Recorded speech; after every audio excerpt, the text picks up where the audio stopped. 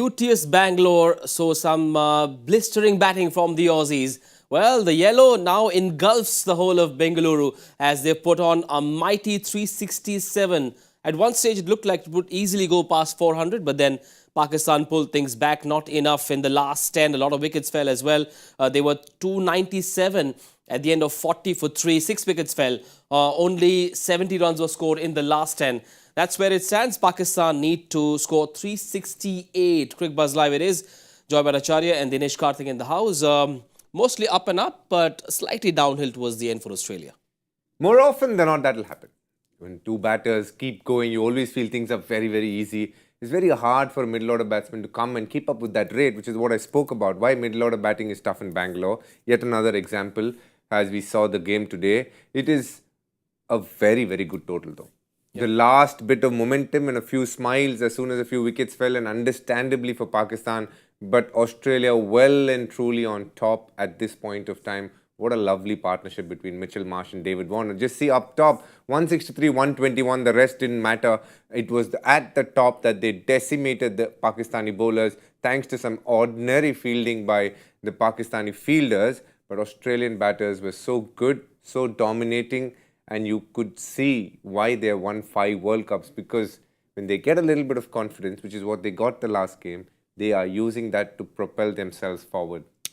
Joy, Bengaluru IT hub, I know that they offer a lot of jobs to youngsters in India. Is today where they offer or announce job openings for bowlers? Because clearly stuck in the wrong job, bowlers. No, but yeah, true. And I thought they made a decent comeback towards the end with 27 the last 5. But absolutely, to his point, yeah. I mean, when the ball is getting old, you can't hit it that hard. You've got a run rate. Remember, at the end of the day, they still got 70 in the last 10. Yep. It's still 70. It's not exactly a bad score. Yep. So I think what you have to look at now is the only thing is that what it will give Pakistan, which is important. I mean, again, look at that. I mean, 7 pales because you started at 8.2. And I think more than 8.2, I think there's 6.7 in the middle and 5.9 still keeping a very high run rate going. And the ability then in 8.9 to accelerate again, I think that is what has made this inning so special. But more than anything else, I think what is important for the Pakistan team is not just, restricting them, because, they would be good. It's that they got some wickets, they got a bit of confidence, they got something to cheer about when they go back in the dressing room. Yep. As DK is saying, this is a very tough match. It could be a needle match. It could be the difference between the semi-final contenders. So they need something to lift their players before they go out. And I think that is the one thing they've got out of this more than anything else. Yes, let's start with the birthday boy on his 32nd birthday, Mitchell Marsh. A memorable World Cup 100. Again, a story of two halves. The way he started and the way he finished his innings were two completely different stories, DK. Look at that last column. 9 sixes. That tells you what Mitchell Marsh is all about. He takes time because he believes he can hit those sixes. The strike rate is always going to be above 100 for a Mitchell Marsh knock more often than not. Yet again today, he's shown the world why he is so good and destructive up top. Yeah. He takes time, probably a few balls. Generally, he gets going straight away. But today, he took time, understandably so. 2 good bowlers, especially Shaheen Shah, who was the best of the lot for Pakistan. But coming back to Mitchell Marsh, some of the shots that he played up top put a lot of pressure on Pakistan. And through the middle, he was also severe on the spinners. It is actually very tough in Bangalore to bowl to him in other parts also, but more so in Bangalore because the boundary straighter can be a touch shorter. If you bowl slightly full, he has that beautiful bat swing where he just goes through the line consistently, and that came to the fore yet again today. While it is a 50-over innings, Australia have scored these 367 in 40 overs because Mitchell Marsh played 60 dot balls. That is one of the things that Mitchell Marsh is. If you saw Warner and him playing the beginning, Warner always manages to somehow rotate strike, keeps himself going, even when he's not. Mitch tends to get bogged down if he's not hitting fours, but when he hits them with so much power. Yeah. And if you saw again his, you see this wagon wheel in the way he played. In the beginning, that one straight 6, then some beautiful drives through point, absolutely beautiful. And then when he's really in form, you'll see him hitting it all outside the ground in all parts of the ground, especially.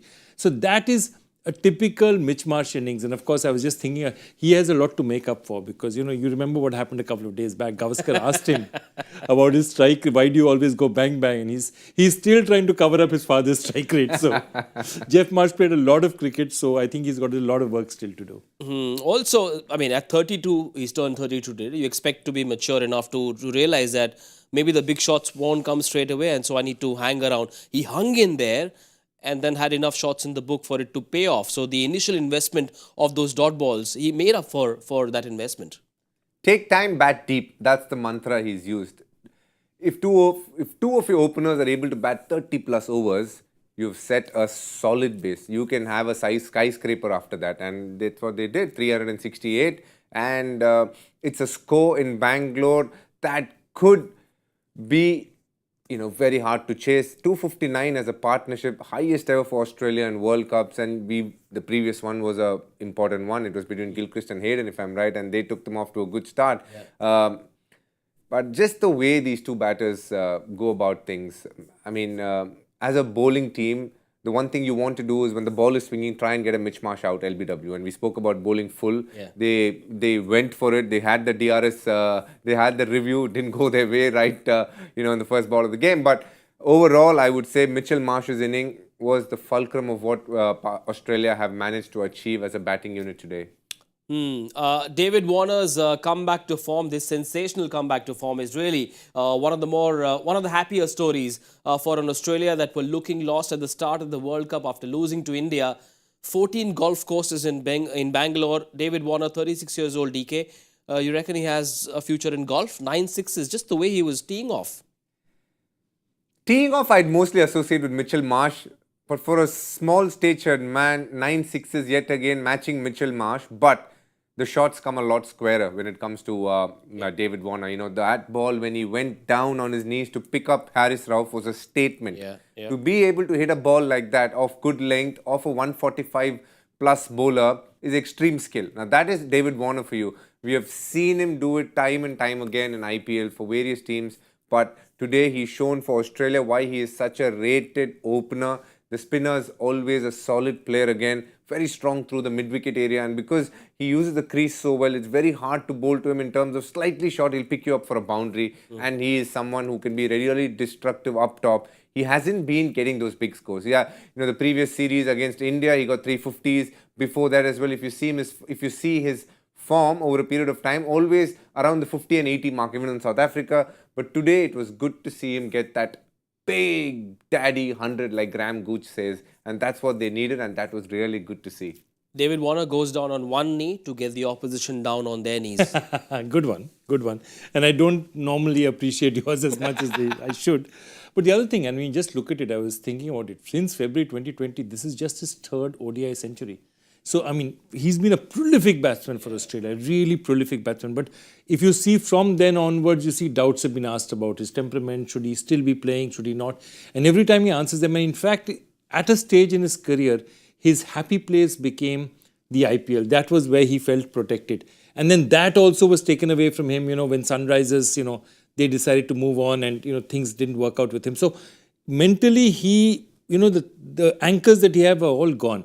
And I think from there, he's worked on himself, come back, and really with this Australian team, this 100 is a very important 100 because it comes at a stage in the tournament for Australia where they're looking against a good team, where they're looking to start their, resurgence in this tournament. Yep. And I think it's a big one for that reason. It's really important. It's a statement 100. DK, you reckon he's buying Osama Mir dinner tonight? Look, I think Pakistan's fielding was something that they'll really go back and think, what can we do better in terms of not dropping simpters? It's one thing to drop tough catches, but the 3 catches that they dropped today, all 3 were very, very unpardonable at an international level. Yeah. And won by the captain himself, so that's not a good sign either. Yeah. The one thing that I hope is whoever dropped the catches, one's a bowler, he made amends by getting a wicket, but the batters need to score big here, and both of them will be batting pretty early in that game, and ideally they should make up for it by scoring some big runs. That first drop by Osama Mir cost Pakistan 153 runs. Dropped on 10, goes on to score 163. Yeah, and he had no idea about the ball. The ball climbed on him, and I mean that's what it's one thing to drop. The kind of drop is what it is, and then the look when it went through, it was just a bad look. I mean, he will look at that video and wince tonight. The one thing is, the memes will be flying today. Pakistan and fielding, man, they make some of the best and funniest memes for some strange reason.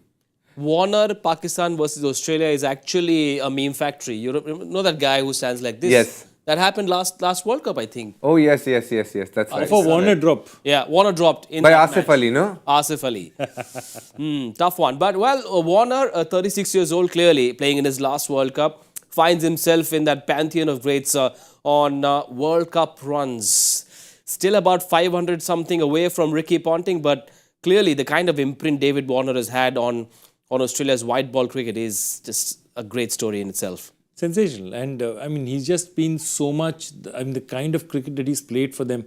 I think his test career pre-Sandpaper Gate was probably a dominant career. He's gone through a difficult time, but I think what is important for Australia is he's there for Australia now. And he's not always, he's a very different kind of cricketer. He's not the kind of cricketer who's like a Pat Cummins, good boy kind of this thing. Yeah. He's a fighter. He's a guy who goes out there in the trenches, if you know what I mean. Yeah. And Australia always thrives. The Australian team has always had 2-3 personalities like that. Yeah. They're not the good boys, but you need them. When there's a fight and Australia is in trouble, and Australia is in trouble in this tournament, they're the kind of guys they need. Yes, when a game is in Bengaluru, when RCB are playing, clearly we expect the Maxwell show was expected today as well. But first ball, I mean, your team's had a rollicking start, and you come out and play that kind of shot on the first ball. Pardonable? Was that shot on? First ball against Shaheen Shah Afridi. I think there's a fine line between selfless and silly. It depends on which side you want to look at it. I understand his thought process, but knowing Glenn Maxwell, he would have gone back to the dressing room and literally told himself that maybe I should have taken a few balls more. And I say that because he knows this ground well, he knows this pitch. But every time you walk into that ground, it's a different feeling in terms of a World Cup game. You're playing one of the best fast bowlers in the world. I would have completely taken that shot if it was the fifth ball. First ball basically means you've already decided in the dressing room. And that for me is not the Glenn Maxwell that we currently know. That's somebody who we know probably from a few years ago. He's become a far more responsible batter. And that's why I feel he's let himself down more than anything else. Joy, you reckon the players like these, players of that caliber and quality and stature, discuss these things with the coach or captain before going out? Or is it something you allow a player to do? Before going out? See, before going out, I don't think anyone else will be talking to him to tell him how to play. I think what DK is saying is that in his head, he wanted to make a statement hit with the first ball. And therefore, he was stuck in a shot which the ball was not, it was not the right shot for the right ball. Yeah. And I think that is what he's saying, that could he have given himself 2-3 balls to just see how fast the pitch is, has the ball coming onto you? Is this a bit bouncier than it normally is, which it was today? So all those things he could have checked out easily, and perhaps he didn't take that time. That's what DK is questioning. Let me tell you, no coach will tell a Maxwell what to think or what shot to hit before he comes out. It's not going to happen. Well, in the middle order, no runs for Smith, 7 of 9. Stoinis, 21 of 24. Hardly anything, in the middle order and that lower order. When Travis Head comes back, who sits out? Steve Smith, is he the most vulnerable? At this point of time, if you look at the 11, the choice is between Steve Smith and Marcus Stoinis. They got to choose between the two. Oh, I'm only saying that because Marnus Labuschagne has been the highest run scorer so far, so you would like to hold on to him. The bigger question is, where does Mitchell Marsh play? Does he open, does he open or does he bat at 3? Where is Travis Head going to fit in? After this, he's got to open. So then Travis Head has been earmarked as the opener for some time now. So then he comes in at 3 and you're fitting him in. Well, that's a decision. I think they will cross the bridge when it comes. It could be not next match, probably a match after that, but it is going to come soon, and that will be a decision they'll have to take. That gives Stephen Smith another opportunity to play as well.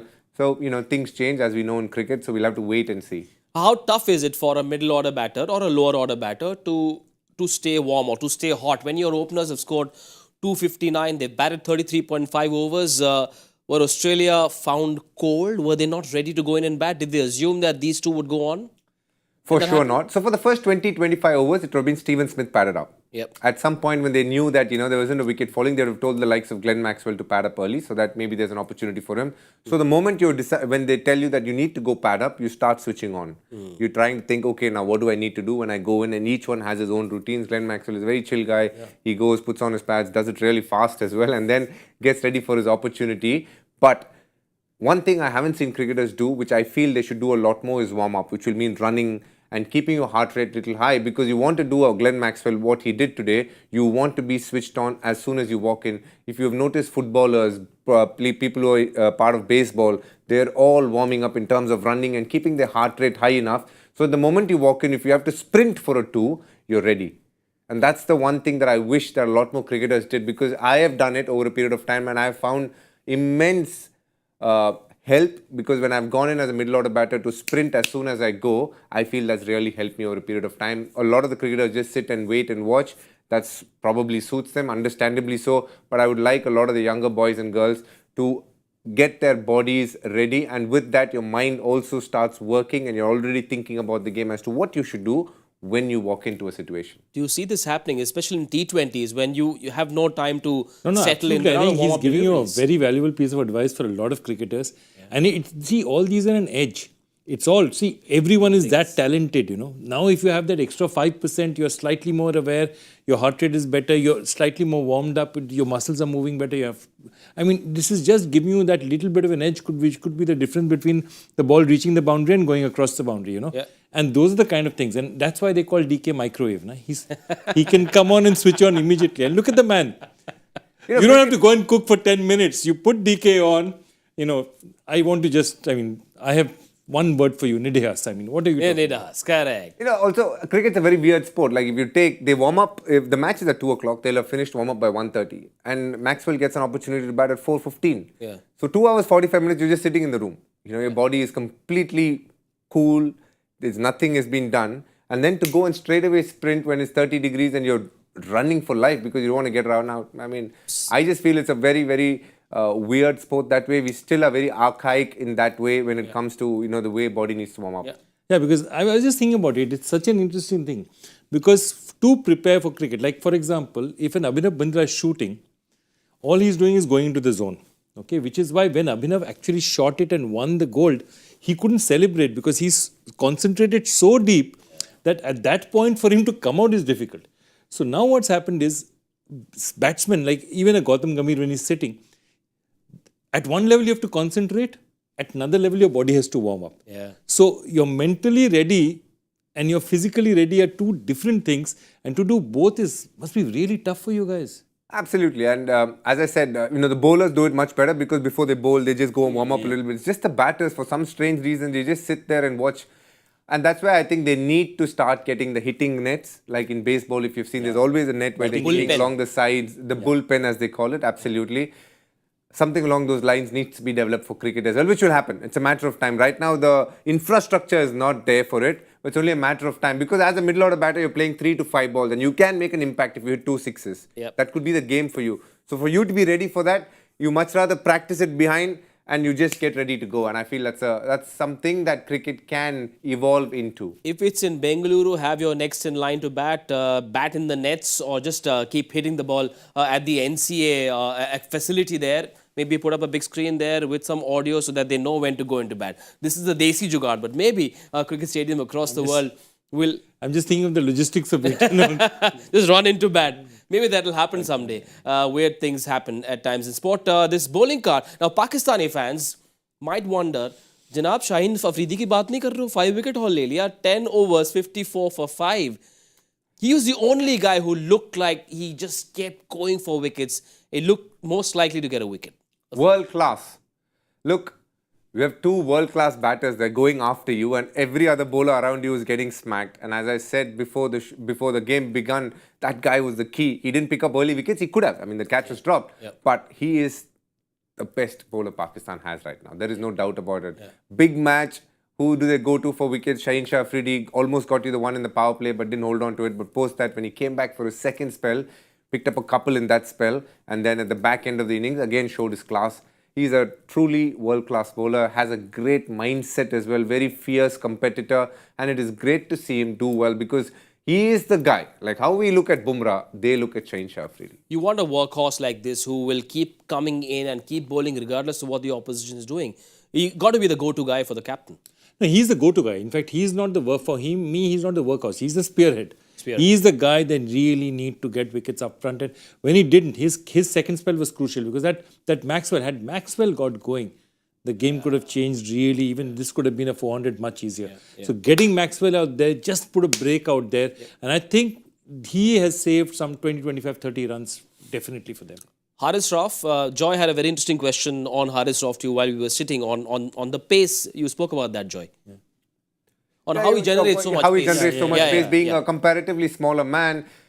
Look, I think the genes are very, very different. It's like a lot of the great sprinters come from Trinidad and Tobago, a lot of them over a period of time because they're genetically very different. Haris Rauf belongs to a country which has consistently produced fast bowlers over 150 plus, and there's a plethora of them. And it must be to do with the genes, the food they eat, and whatnot. And most importantly, they play deep ball cricket, which somehow develops fast bowlers much quicker. It's like a quick way to start doing serious fast bowling. And Haris Rauf comes from that school. Great story again, picked by Lahore Qalandars, and then to have gone on to become a net bowler for Team India. Then Qalandar sent him to Australia for club cricket. He went to bowl in the net, MCG. He bowled to Virat Kohli and the likes as a net bowler. From then on, he's gone on to again represent Qalandars. Got picked by Big Bash for Melbourne Stars. Glenn Maxwell enjoyed what he did during the time. And then he went to Pakistan and he's been a standout bowler. Today, in the first spell, he was poor. 3 overs for 47. But then again, the last 5 going for 47, 36 and picked up 3 wickets. So, in a way, he's salvaged his reputation a little bit. He's been expensive. Today, again, he's been expensive overall, but I thought his second spell could have been the difference between Pakistan scoring 420, Australia scoring 420 and 367. Is there a lesson for Australia in the way Pakistan bowl in the last 10? Lots of take the pace off kind of deliveries, lots of cutters from Australia? It is a very good method to employ as the ball gets older to use the cutters. But when Pakistan bowled, there was no dew. When Australia bowls later in the evening, there is going to be dew and that slower ball will definitely get nullified a lot more. And hence, if Pakistan stay in the chase, which basically means not lose more than 2 or 3 before the 30th over, then they have a great chance in this game. 368 to chase. Is it 90-10 Australia or is it 80-20? DK knows this pitch much better than both of us. And if he's saying that Pakistan has a chance, if they keep wickets, I'd say then 25-75 perhaps is closer. 70-30 is what I was going to say. But 725 is good. Right. Who could be the big threat for Australia from a Pakistani batting point of view?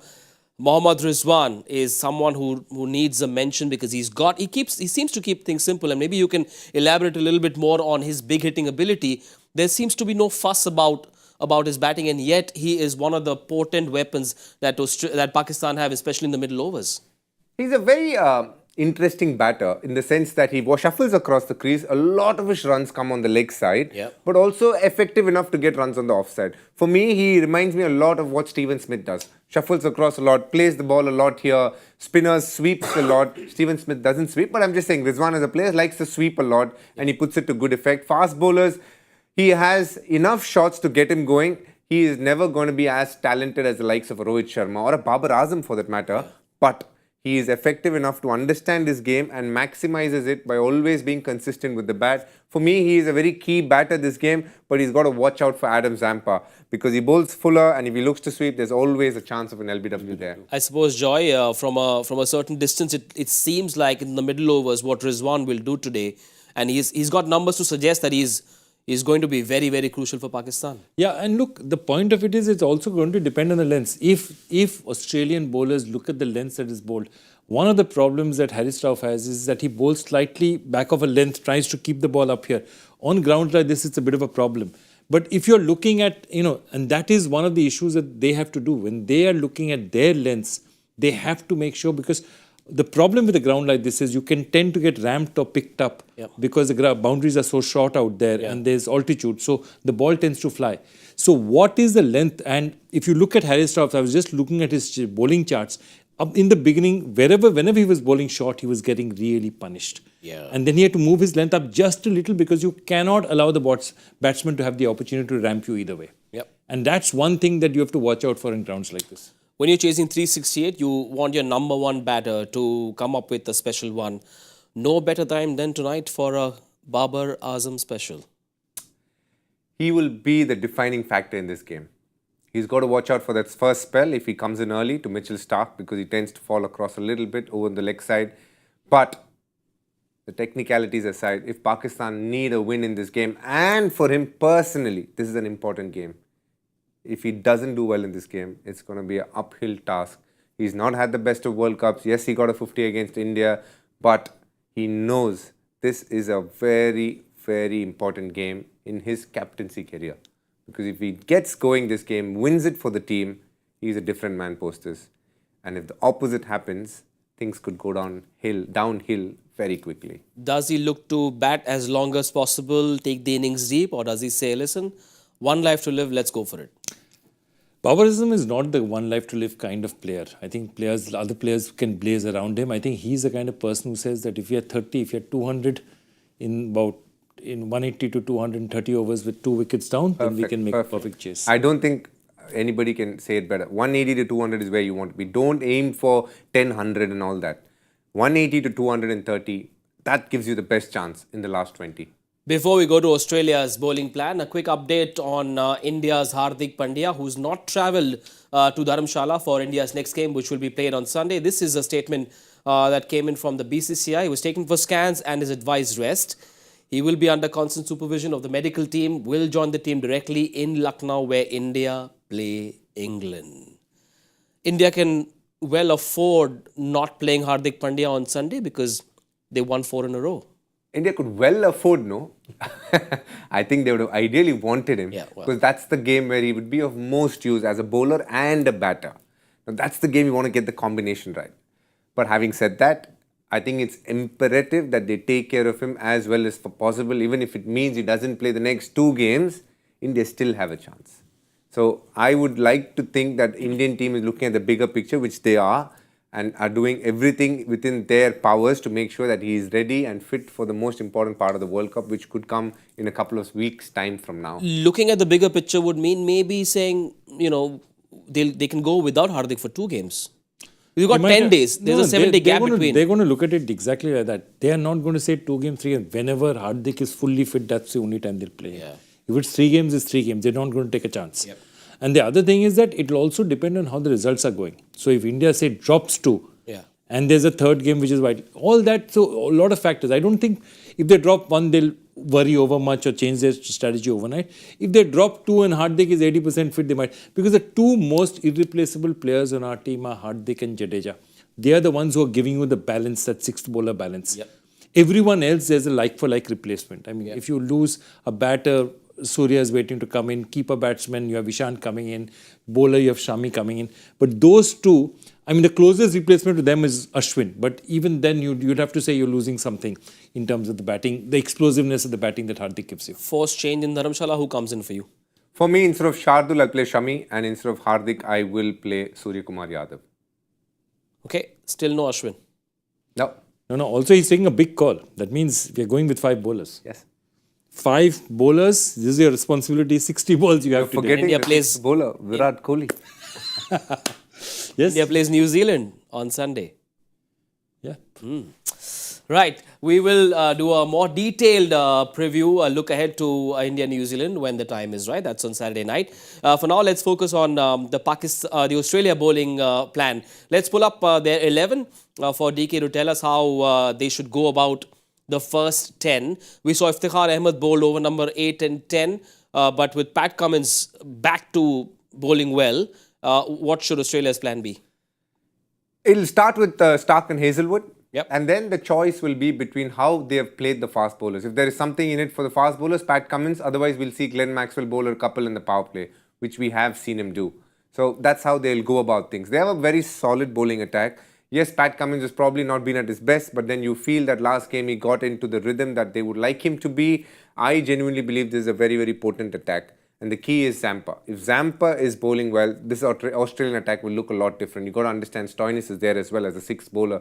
So they have a well-rounded team. It is about making sure that they are all able to chip in within their roles, because Zampa has been a touch too full for their liking and has given away way too many boundary balls, a bit like what Usama Mir today. Yeah. He was just slow, he was full, gave too many slot balls, as they would call it. Zampa has been guilty of that at times in searching for wickets or in lack of rhythm.